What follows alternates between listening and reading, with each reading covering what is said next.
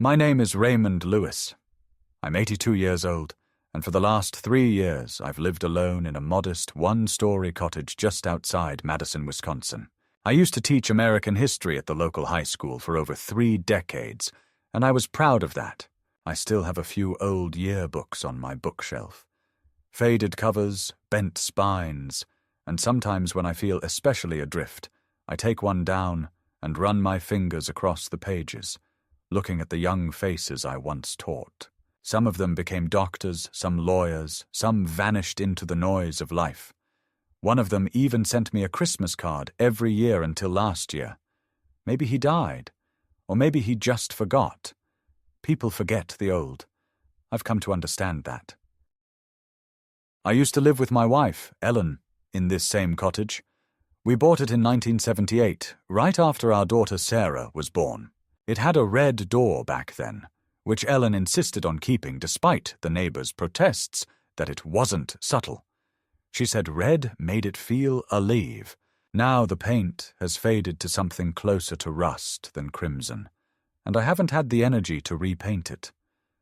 Still, I leave it that way, as if it might summon her back. Ellen died 5 years ago, 3 weeks after our 45th wedding anniversary. One morning, she didn't get out of bed. I remember the details with unbearable clarity. The tea still hot on the bedside table, the newspaper folded to the crossword she hadn't started, the faint scent of her lavender lotion on the pillow. The coroner said it was her heart. Peaceful, they said, as if that word could somehow soften the finality of it.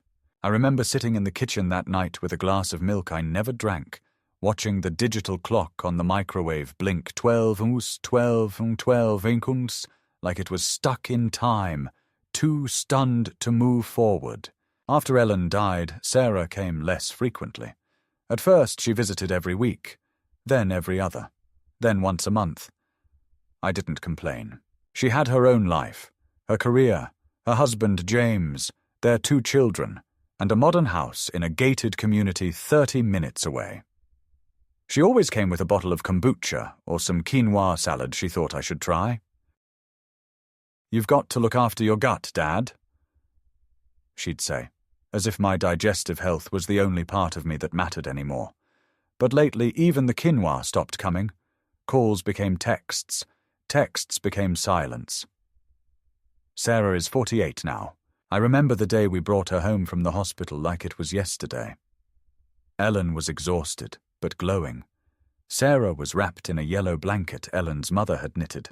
She had a strange little birthmark on her shoulder that looked like a comma, and I joked that she was the start of our next sentence. For the first 10 years of her life, she adored me. We read bedtime stories together, watched Little House on the Prairie, and I taught her to ride a bike on the street out front. But something changed after college. She became harder, less willing to listen, more interested in control than conversation. I blamed James.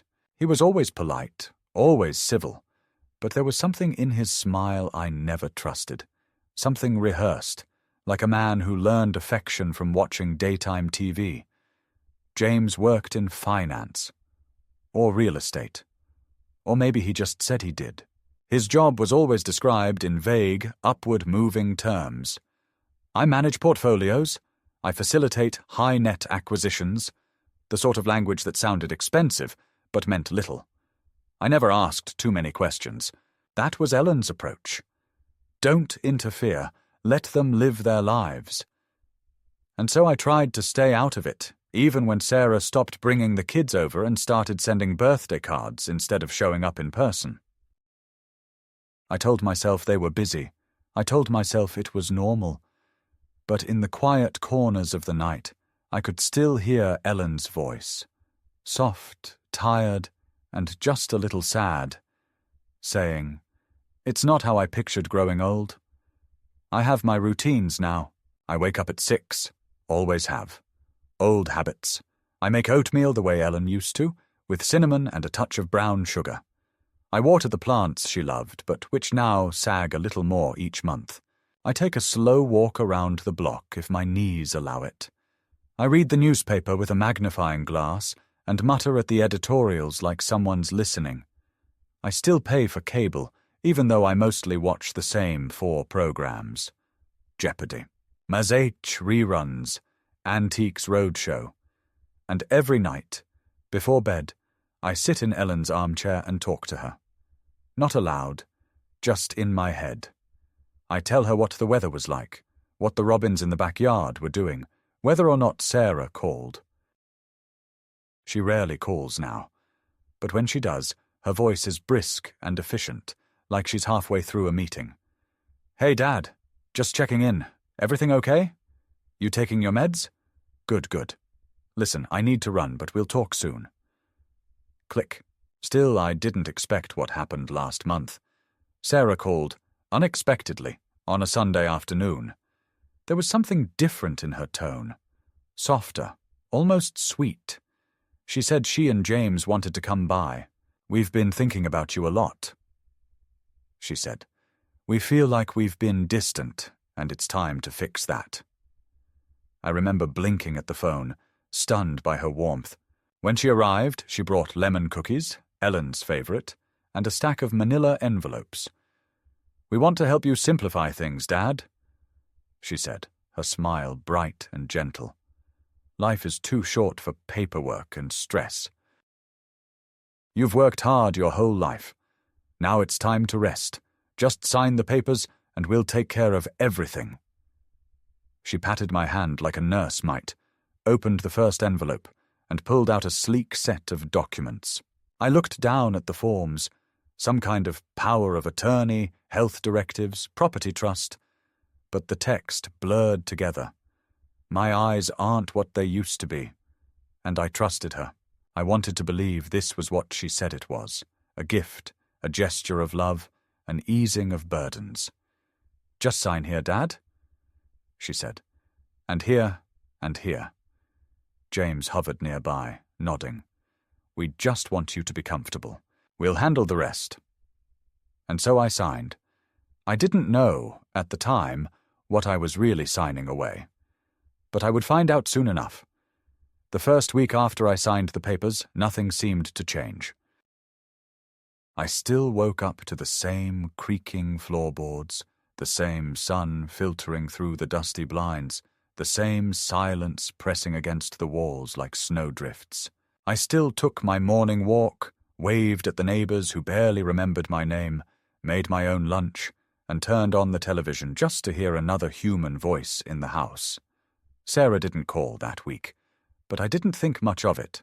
After all, she had seemed so kind, so sincere during her visit. Perhaps she was giving me space, letting the process she'd started unfold without overwhelming me. I told myself that was considerate. I wanted to believe it was. On the 8th day, I went to the grocery store as usual. It's a small place, just a 10-minute walk away, run by a couple who've owned it since the Reagan administration. I've shopped there for over 30 years, and they still ask after Ellen, forgetting or pretending to forget that she's gone. I let them. It makes things simpler. But that morning, when I reached the checkout and tried to pay with my debit card, it was declined. I tried again. Same result. I offered to write a check, but the cashier gently reminded me that they no longer accepted them. I apologized, left my items on the counter, and shuffled home with an empty tote bag and a head full of worry. Once back in the house, I called the bank. A pleasant young man named Trevor informed me that my account had been frozen due to recent administrative changes, and that all inquiries should be directed to the account's legal representative. I was confused. What representative? I was the account holder.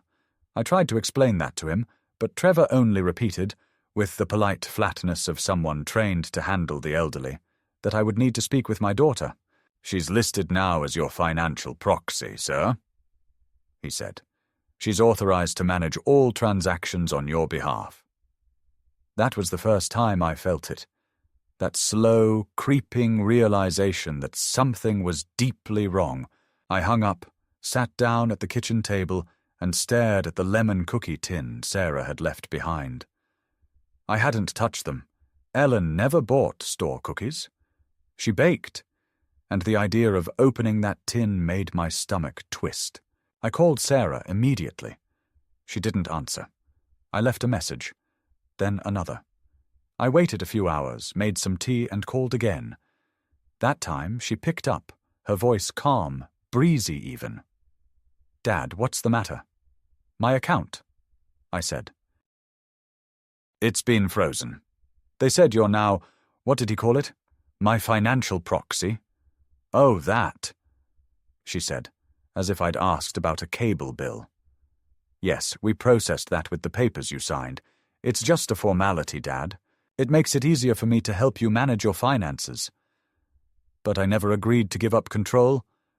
"You signed the power of attorney," she said softly. "We talked about this.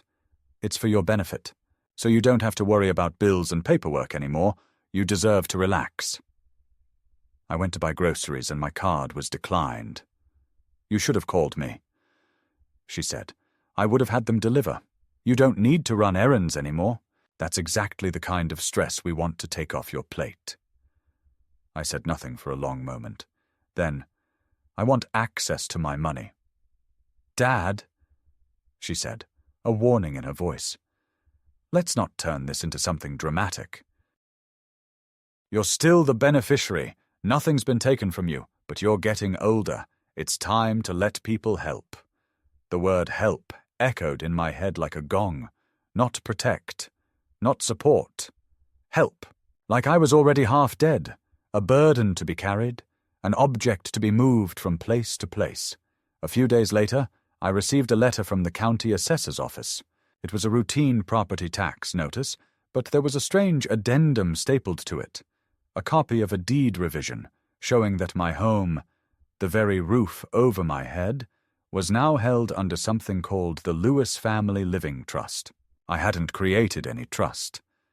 But there, in crisp legal language, was my name as the former sole owner, and below it, Sarah's name as trustee.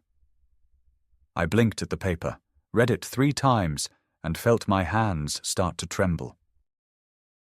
That night, I couldn't sleep. I sat in Ellen's chair and tried to retrace every word Sarah had said when she brought those envelopes. She had said, medical decisions, streamlining responsibilities, easing your burden. She never mentioned property. She never said I would be giving up the deed to my house. In the morning, I called the lawyer listed on the document, a man named Elliot Gressman. His assistant answered. "Mr. Gressman is in court today," she said. "Can I take a message?" "I need to know what I signed," I said. "My daughter brought me some papers. She said they were to help me, but now my money's blocked and my house isn't mine anymore." There was a pause. Then she said carefully, "Sir, are you Mr. Raymond Lewis?" "Yes." "Then I'm afraid Mr. Gressman can only speak with your appointed representative. According to the documentation, that's your daughter." "I am the client," I snapped. "I'm the one who owns, or owned, the house." "I'm sorry, sir, I really am. But legally, Mr. Gressman must follow the instructions of the trustee now." I hung up and sat there in silence, trying to understand what had happened. I thought about calling the police. But what would I tell them? That my daughter tricked me into signing away my life? That I was defrauded by a smile and a tray of cookies? Would they even believe me? Or would they nod sympathetically and gently suggest I move into assisted living? I called the only person I thought might help, Henry Wallace, my old friend from the high school faculty. Henry had taught civics and coached track. He was tough, practical, and sharper than most men half his age, though he walked with a cane now and often joked that he'd become allergic to stairs. I told him everything, not in fragments, but all of it, from Sarah's first visit to the moment I saw the deed. There was a long pause when I finished. Then he said, "Ray, you need a real lawyer, not Sarah's, yours." "I don't have one." "You do now," he said. "I'll make some calls." That same afternoon, Henry put me in touch with a woman named Carolyn Greer, an elder law attorney in Milwaukee. She agreed to meet with me the next day. I packed my files, took a cab to her office, and spent 2 hours telling her the entire story. She listened without interruption, her eyes moving rapidly across each document. Finally, she looked up and said, "Mr. Lewis, I won't lie. You signed legally binding documents, but that doesn't mean you don't have options. If we can prove misrepresentation or coercion, if you weren't fully informed, there's a path to reversing this. It won't be easy, but it's not impossible." I let out a breath I hadn't realized I was holding. "There's one more thing," she said. "We need to find out exactly what access your daughter has. Bank accounts, property, insurance, anything in your name that's now under her control. And I need to know something else." She looked me square in the eyes. "Are you ready to fight her for it?" I didn't answer immediately. The truth was, I didn't want to fight Sarah. I wanted her to hug me again, like she did when she was 10. I wanted her to remember the nights we sat on the porch, watching fireflies. I wanted her to be my daughter. But I was beginning to understand that wanting wasn't enough. "I'm ready," I said finally, "because if I don't, there'll be nothing left of me at all." Carolyn's office became my only point of certainty in a world that seemed to be slipping out from under me one careful signature at a time. She was efficient, but never cold, and she spoke to me with the kind of respectful directness that I hadn't experienced in years. Not from Sarah, not from James, not even from the Clarks, who now treated me like a relic from another century. I brought her everything I had. Every document, every letter, the printout from the county, my old bank statements, and the original copy of the power of attorney that Sarah had insisted I keep, just in case. Carolyn scanned each page with a sharpness that reminded me of Ellen when she used to balance our checkbooks down to the last penny. After a long moment, she looked up and said, "This wasn't just power of attorney. She's had you sign a revocable trust agreement. The property's no longer in your name. And since she made herself the sole trustee, she can now control and distribute every asset within it, including your home." I felt my stomach twist. I'd expected as much, but hearing it aloud, formally, legally, made it real in a way it hadn't been before. Carolyn leaned forward, her elbows on her desk. "The problem is not just what she did, but how she did it. If we can establish undue influence, fraud, or lack of informed consent, we may have a case to reverse the transfer. But you'll need to prepare yourself. This will get ugly." She was right. Things began unraveling even faster than I had imagined. The first blow came just 2 days later. I received a call from a caseworker at the County Department of Aging. She introduced herself as Melissa Gant and said, in a kind but clipped tone, that she had received a request from my daughter regarding my living conditions. "It's a routine wellness check," she said. "Nothing to be alarmed about, just to make sure everything's in order." I tried to ask what Sarah had told her, but Melissa remained vague, saying only that concerns had been raised. I agreed to the visit because what choice did I have? She arrived the next morning at 9 a.m., clipboard in hand, and proceeded to walk through my house as if she were cataloguing a museum exhibit. She made small talk, asked about my meals, whether I remembered to take my medication, and how I spent my time. I answered honestly. But her eyes were too kind, her smile too soft, like someone humoring a person who had no idea they were already halfway gone. Before leaving, she gently suggested I consider assisted living.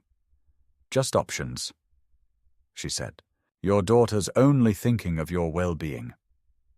The second blow came when I tried to use my credit card to pay for some minor plumbing repairs. The plumber, a local fellow who had done work for us for years, was kind enough not to make a fuss, but the card declined again. I called the bank immediately and was told that the account had been placed under fiduciary restriction. When I asked why, the representative said that a medical recommendation had been submitted claiming early signs of cognitive decline. That's impossible, I said. I've never been diagnosed with anything.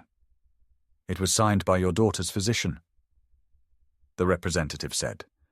We assumed it was part of a guardianship process. My ears buzzed. Guardianship. That word circled my head like a vulture. I knew what it meant. Once declared legally incompetent, I'd lose all control over my affairs, my finances, my property, my choices. I would become a legal ghost. And Sarah, as guardian, would become my keeper. I called Carolyn in a panic. She told me to come in immediately. Raymond, she said, once I sat across from her desk. They're moving fast. They've likely filed a petition or are preparing to. We need to act now. She arranged for me to undergo a full cognitive and psychological evaluation by independent specialists. We need something concrete, she said, to prove that you are of sound mind. We'll file a preemptive challenge to any guardianship attempt, and I'll file a petition to revoke the trust based on fraud and undue influence. The tests were grueling. I spent hours being asked to recall sequences, repeat stories, draw clocks, identify patterns. I felt humiliated, as if I were being asked to justify my own existence. But I passed, with flying colours. The neurologist said I showed no signs of dementia, no cognitive impairment beyond mild age-related forgetfulness. The psychologist said I was articulate, coherent, and demonstrated full capacity to make informed decisions. Carolyn took the reports and filed the necessary motions within the week. That's when Sarah called again. Her tone had changed. No more gentle suggestions, no more soft reassurances. Dad, she said, I don't understand why you're doing this. We're trying to help you. You're being manipulated by that lawyer. She just wants your money. I asked her why she submitted false medical claims. There was silence on the line. Then, in a voice as cold as winter glass, she said, Because you're not thinking clearly anymore. You're acting paranoid, and if you keep fighting us, you'll only hurt yourself. I hung up. My hands were shaking. I sat in the darkened living room, surrounded by the furniture Ellen had chosen decades ago, and I felt something shift inside me. Not fear, not grief, but a new and terrible clarity. My daughter didn't see me as her father anymore. I was a resource. A liability, something to manage, silence, and eventually erase. The third blow came when I received a notice from a senior relocation service. It was a glossy brochure in a manila envelope with a cheery handwritten note clipped to the top. Hi, Mr. Lewis. Your daughter mentioned you might be considering downsizing. We'd love to help with your transition to a more supported lifestyle. Our community offers daily activities, medication management, and 24/7 on-site assistance. We even have bingo nights!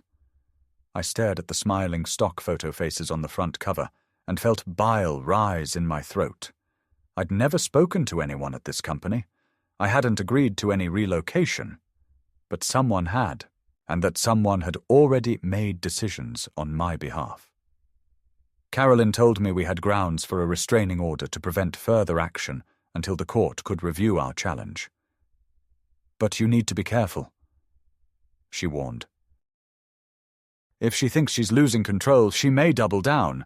This is when people get desperate. I nodded, but I didn't really understand what she meant until the phone rang again 2 days later. This time it was James. I hadn't spoken to my son-in-law in over a year. His voice was slick, smooth, practiced. Ray, he said, I just want to say I'm sorry it's come to this. We love you. Sarah's under a lot of stress. You've always been a little independent. That's admirable. But there's a time when we all have to face facts. You can't live alone forever. You're making this harder than it needs to be. I didn't answer. He continued. Look, just drop this thing with the lawyer. Come stay with us for a while. Let's talk things out like family. You don't have to go to court. That's ugly. Let's be civilized. I thanked him for the call and hung up. I didn't sleep that night. Instead, I sat at the kitchen table with the house quiet around me, my hands folded around a cold cup of tea, and I realized I had crossed an invisible line. There was no going back. I was no longer a father to be loved, consulted, embraced. I was a pawn in a battle over control and legacy. But I wasn't ready to disappear. Not yet. Not like this. The days following James's call felt like stepping onto a battlefield with no clear strategy, only the raw instinct to survive. Carolyn had arranged for me to meet with a geriatric specialist who was willing to provide a comprehensive evaluation on short notice. The doctor's office was a sterile place, filled with muted colors and a faint scent of antiseptic that made me feel simultaneously nervous and exposed. The neurologist's questions were direct but gentle, probing my memory, reasoning, and judgment. Each test felt like an interrogation designed to measure my worthiness to remain independent, to continue living life on my own terms. I endured the hours with a mix of determination and exhaustion, knowing that my very freedom depended on the outcome. When the report arrived a week later, it was unambiguous. No signs of cognitive decline, full mental capacity intact. Carolyn filed it immediately as part of our legal strategy. But this victory was short-lived. Within days, the real storm hit. A formal petition for guardianship was filed by Sarah, supported by a private medical evaluation commissioned by her. The document painted a starkly different picture, one of confusion, forgetfulness, and an alleged inability to manage finances. The evaluator's notes were clinical but riddled with inconsistencies. I had never met this doctor. The tests he claimed to have administered were questionable at best. Carolyn called it a manufactured diagnosis, a deliberate attempt to manufacture evidence in court. It was a tactic designed to break me down, to overwhelm the truth with paperwork and conflicting testimonies. Court dates were scheduled with disheartening speed. I sat through hearings where my daughter's lawyer portrayed me as a feeble old man in desperate need of protection.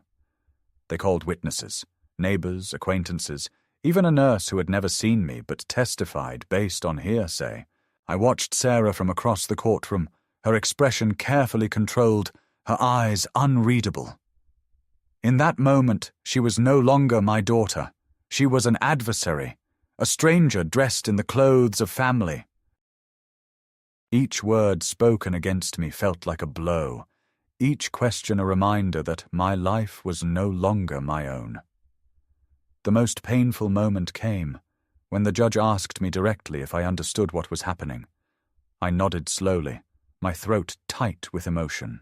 "Yes, Your Honor," I said, my voice steady despite the turmoil inside. "I understand that my daughter believes I cannot care for myself, but I am here to tell you that I am capable. I live alone, pay my bills, manage my medications, and maintain my home. I am not incompetent." The judge listened, her eyes gentle but resolute. "We will review the medical evidence and make a determination," she said. "This is a serious matter. Your rights are at stake." Those words hung in the air like a verdict already cast. During this time, Sarah's visits became less about concern and more about control. She arrived unannounced, rifling through my drawers, checking my calendar, and speaking to my phone service provider without my consent. I found letters unopened on the floor and bills piled up unpaid despite my efforts. It was as if she wanted me to fail, to appear helpless. I fought back in the only way I could, documenting every interaction, keeping detailed notes, collecting witnesses who could attest to my independence. Carolyn helped me compile a file thick enough to fill an entire briefcase. In the midst of this chaos, a surprising ray of light emerged. My granddaughter, Emily, Sarah's eldest child, reached out to me quietly, almost in secret. She sent me a letter, a handwritten note on soft stationery, full of remorse and empathy. She wrote that she had seen the way her mother and father treated me, that she was ashamed of their actions, and that she wished she could do more to help. She spoke of memories from childhood when I took her fishing by the lake, taught her how to bake cookies, and tucked her into bed with stories about the past. Her words were a balm to my wounded heart, reminding me that not all ties were severed. We arranged for her to visit me discreetly, and those afternoons together became my refuge. She brought warmth and hope into a life otherwise shadowed by betrayal. Meanwhile, Carolyn prepared a counter-petition to challenge the guardianship and dissolve the trust. She worked tirelessly, coordinating with experts, gathering affidavits, and carefully crafting arguments that emphasized my autonomy and legal rights. She reminded me that this was more than a legal battle. It was a fight for my dignity, my identity, and my very existence as a free man. We strategized about ways to expose the inconsistencies in Sarah's case and the questionable motives behind her actions. The court hearings stretched over months, each session draining but revealing. Evidence was dissected with ruthless precision. Testimony was cross-examined, and character was on trial. In a pivotal moment, Carolyn presented the medical evaluations I had undergone independently, alongside sworn statements from neighbors and friends who vouched for my daily independence and mental acuity. The judge listened intently, occasionally glancing at Sarah, who sat rigid and silent.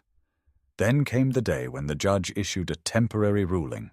I was allowed to retain control of my finances and property pending a full hearing, a small but meaningful victory. Sarah's guardianship petition was put on hold, and the trust remained frozen. For the first time in months, I felt a flicker of hope that the nightmare might end. But Carolyn warned me not to let my guard down. Sarah was formidable, and this was far from over. Throughout this ordeal, I grappled with profound sadness and disillusionment. The daughter who once held my hand and sought my advice had become a woman wielding legal documents like weapons, severing bonds with cold efficiency. The house I had built with Ellen, filled with decades of memories and love, now felt like a battleground. But even amid the pain, I found a new strength within myself, an unwillingness to be erased, a determination to reclaim my life piece by piece. As the weeks passed, I continued to rebuild a semblance of normalcy with Emily's quiet support and Carolyn's steadfast guidance. I learned to stand taller in the face of adversity, to fight not with anger, but with resolve. And in the solitude of my small home, surrounded by fading photographs and the echoes of laughter long gone, I dared to imagine a future where justice would prevail, and I would once again be the master of my own fate. The days following the judge's temporary ruling were quieter on the surface, but it was a silence that pulsed with tension, as if the very air around me had grown heavy with anticipation. Sarah did not call. James did not visit. The flurry of letters and notices that had dominated my mailbox in previous weeks suddenly stopped. It should have been a relief, but instead it felt like the silence of retreat before a calculated strike. Carolyn warned me not to be lulled. "She's regrouping," she said. "When people lose momentum, they either abandon the fight or double down, and your daughter doesn't strike me as the giving up type." I knew she was right. Sarah never gave up when she wanted something. As a child, she would stand in the cereal aisle of the grocery store with her tiny fists clenched and her jaw set, refusing to budge until Ellen relented and placed the box of sugar-coated nonsense into the cart. That same will, once a source of pride, now felt like a looming threat. The first clue that something was wrong came not through the mail, but through the walls. I was sitting in the living room one morning, reading the paper with the radio murmuring softly in the background, when I heard the unmistakable click of the front gate. I looked up and through the curtains saw a man in a navy blue jacket walking briskly toward my front door. He had a clipboard in one hand and a large envelope in the other. I opened the door before he could knock. "Raymond Lewis?" he asked without looking up. I nodded. "I have a service notice for you. You've been listed as a defendant in a civil case regarding contested trust ownership and breach of fiduciary duty." I took the envelope with unsteady hands, already knowing the name that would appear at the top. Inside was a lawsuit, filed by Sarah, alleging that my efforts to reverse the trust amounted to financial elder abuse, not against me, but against her. She claimed that I had been coerced into hiring Carolyn, that I was being manipulated by outside influences, and that by attempting to dissolve the trust, I was destabilizing the financial structure she had carefully constructed to protect her. Father's legacy. I brought the documents to Carolyn that afternoon. She read them silently, flipping pages, her lips pressed into a thin line. When she finished, she leaned back in her chair and said, "This is outrageous and calculated. She's accusing you of abusing her, of sabotaging your own future. This isn't just about money anymore. She's building a narrative that you're not only incompetent, but also dangerous to your own well-being." I didn't speak. I was still trying to understand how someone could twist the story so grotesquely, how my attempt to reclaim what was mine had been reframed as an act of aggression. "We'll respond," Carolyn continued. "We'll counter the allegations, present the medical reports, the affidavits, everything we've already submitted. But it will slow things down. That's what she wants. Delay, wear you out, force you to settle." That night I couldn't sleep. I wandered the house like a ghost, touching the corners of picture frames, running my fingers along the worn edge of the kitchen table, listening to the creaks and groans of the house settling into night. Every room whispered with the memory of Ellen, her voice, her laugh, the way she hummed to herself when folding laundry.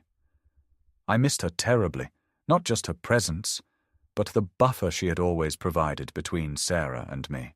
Ellen could soften things. She knew how to say the hard truths gently, how to bridge the widening space between us. But now, the distance had grown into a chasm, and no one remained to cross it. A week later, I received an unexpected visit from an appraiser. He arrived early in the morning, wearing a blazer and carrying a digital tablet. "Mr. Lewis," he said, "I'm here to inspect the property. It's part of the revaluation process requested by the trust administrator." I stared at him. "That's my daughter," I said slowly. "She requested this?" He nodded. "Standard procedure for trustees managing family assets. It's usually preparatory, either for refinancing or sale." Sale. The word hit me like a slap. I had not given any consent to sell the house. I had not even been informed. I allowed him to walk the perimeter, but not to enter. I called Carolyn immediately after. She was livid. "They're laying groundwork.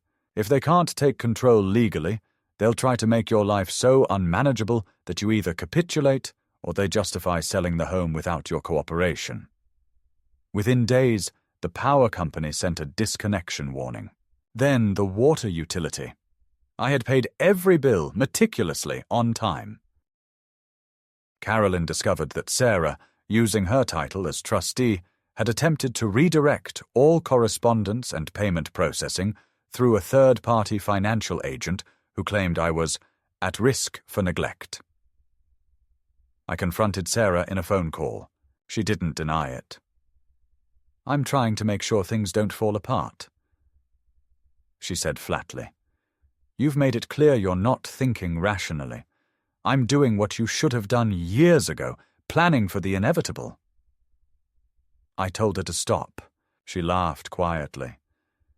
"You're going to regret this, Dad. You're making a mess of everything. And I won't be the one to clean it up when you fall." The final escalation came when a letter arrived from the county. An eviction notice. Not because I had failed to pay, but because Sarah had filed an emergency motion to liquidate trust assets due to chronic non-compliance and diminished capacity of the resident. It was breathtaking in its audacity. Carolyn filed an immediate injunction, and the court issued a stay, but the damage was done. I felt hunted in my own home, each creak of the mailbox, each knock at the door, each unexpected car outside the window a fresh threat. In the midst of this siege, Emily visited again. She brought soup and sat with me on the porch while the sun dipped below the trees. I hadn't told her everything, only the pieces I thought she could bear. But that night, I told her more. I told her about the lawsuit, the appraiser, the eviction attempt. She sat quietly, tears welling in her eyes. "I don't understand how she can do this," she whispered. "She used to be different." I didn't answer. Maybe Sarah had changed, or maybe the seeds of this had always been there, and it was Ellen's absence that allowed them to bloom unchecked. "You don't deserve this," Emily said finally. "You gave her everything." Her words echoed later that night as I sat alone, staring at the envelope Sarah had sent with the trust papers months ago. "Just sign and rest," she had said. Those words had sounded like love then. Now they sounded like a lullaby sung before a smothering pillow was pressed to my face. But I was no longer asleep. I was awake, and I was angry, and I was ready to fight back, not just in court, but with every ounce of dignity I still possessed. They had taken my name off the deed. They had frozen my money. They had questioned my sanity, my competence, my right to exist on my own terms. But they had not broken me, and they never would. The day of the final hearing arrived cloaked in the grey chill of late November, the kind of morning where the cold seems to hang in the air like breathless expectation. I rose early, too restless to eat, dressed carefully in my best suit, the one Ellen had helped me pick out over a decade ago for a retirement banquet that no one in the family had attended. I polished my shoes with slow, methodical movements and buttoned my coat as if preparing for battle. Carolyn picked me up precisely at 8. Her face was calm, but her fingers tapped a silent rhythm on the steering wheel, a quiet signal of tension I had learned to read like a second language. The courthouse itself was a squat, aging building whose yellowing linoleum and flickering lights did little to suggest justice lived within its walls. But as I stepped through the metal detectors and into the echoing lobby, I felt something deeper rise in me. Not just fear or pride or anger, but the raw, stubborn need to reclaim something sacred, something that should never have been taken. My name, my will, my very place in the world. The hearing was scheduled for courtroom 4, a chamber I had visited only once before, decades ago, to testify in a school dispute. That day I had been treated with respect. Today I entered under suspicion. Sarah was already seated with her attorney, dressed impeccably in a dark green suit, her hair pulled into a neat bun, her expression unreadable. She didn't look at me when I entered. James sat beside her, hands folded, his jaw tight. Emily was there, too, sitting quietly in the last row, her eyes searching for mine, and when they found me, she nodded. A small gesture of solidarity that gave me a flicker of courage I desperately needed. The judge was a middle-aged woman with sharp eyes and a quiet voice that cut through the murmur of the courtroom like a scalpel. She reviewed the docket, summarized the matters before the court, and gave each side a chance to present its final arguments. Sarah's lawyer went first. His words were precise, polished, and deeply insidious. He spoke of a pattern of instability, of my alleged increasing paranoia and financial misjudgment, of Sarah's painful but necessary decision to intervene before irreversible harm could be done. He referenced the trust, the guardianship petition, the disputed financial withdrawals, and the restructured asset plan she had enacted only out of concern. He presented their private medical evaluation, the appraiser's visit, the redirected bills, all wrapped in the false veneer of responsible caregiving. Then it was Carolyn's turn. She stood calmly, placed her notes on the table, and began not with documents but with my name. Your Honor, this is Mr. Raymond Lewis. He is not just a respondent on paper. He is not a case file or a tax number. He is a father, a veteran teacher, a homeowner, and until recently, a man who lived a modest, independent life with dignity. She spoke of the evaluations by licensed specialists, the false narratives, the misrepresentations, the unconsented legal transfers. She submitted affidavits from neighbors, friends, even the plumber whose payment had been blocked. And then she did something I hadn't expected. She turned to me. Mr. Lewis, she said, in your own words, please tell the court what this has meant to you. The courtroom was silent. My hands trembled slightly as I stood, but I looked directly at the judge, then at Sarah, and began to speak. I am 82 years old, Your Honor, I said. I have lived in the same house for over 40 years. I paid off every cent of that mortgage. I took care of my wife when she was sick, and I buried her when her time came. I saved, I planned, I taught. I raised a daughter. I believed that was enough. I never asked for luxury. I asked only to be left in peace, to live out my final years in the home I built, with the memories I've earned. I paused, breathing through the burn in my throat. My daughter told me to sign the papers. She said it would be easier, that I could rest. But those papers gave her power I never meant to surrender. Since then I have been treated like a problem, a risk, a legal obstacle. She has called me forgetful, unstable, incapable. She tried to take my house, my money, my name, all in the name of love. I looked at Sarah then, and her gaze finally met mine. This isn't about protection, it's about control, and I ask the court, respectfully, to give me my life back. I sat down in silence. The judge asked a few final questions, clarifying dates, referencing medical evaluations, reviewing document trails. Then she recessed for deliberation. The room emptied slowly. Sarah rose and approached me in the hallway, her steps tentative. "Why are you doing this?"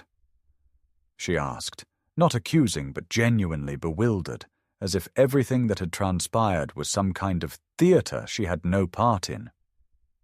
"Because I have nothing left to give you," I said, "except the truth." She opened her mouth to respond, then thought better of it and turned away. We waited in a small side room, Carolyn and I, the clock ticking louder with every second. Finally, the bailiff called us back. The judge entered, sat, and spoke. Her ruling was firm. The court found no sufficient evidence of cognitive decline. The private medical evaluation was deemed inadmissible due to procedural concerns. The guardianship petition was denied. The trust would be reviewed for dissolution due to questionable execution, and Sarah was ordered to cease all fiduciary activity immediately pending full investigation.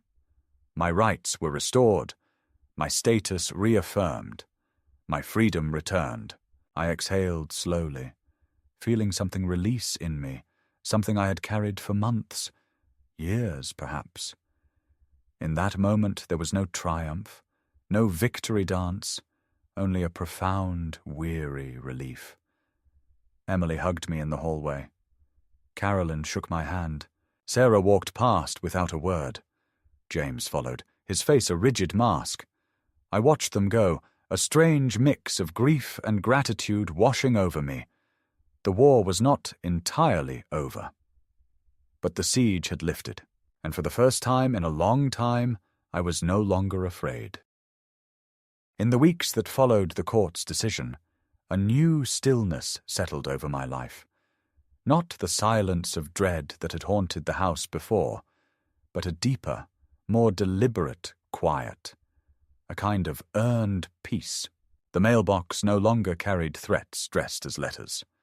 The phone stopped ringing with vague inquiries from institutions pretending to care. There were no more strangers at the door with clipboards or eviction notices slipped through the cracks. My home was mine again, not just in legal terms but in spirit. I walked through the rooms slowly each morning, touching the backs of chairs, the edges of picture frames, the doorknobs Ellen had polished with obsessive tenderness. Everything felt anchored once more, reclaimed. The nightmares that had crept into my sleep, visions of being locked away, labelled, erased, began to fade, replaced by long, dreamless rests and the quiet satisfaction of waking to my own life on my own terms. Carolyn continued to work on the dissolution of the trust.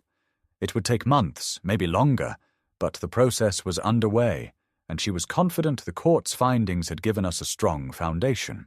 She checked in regularly, never intrusive, always respectful. And I had come to think of her not just as my lawyer, but as a kind of guardian in the true sense.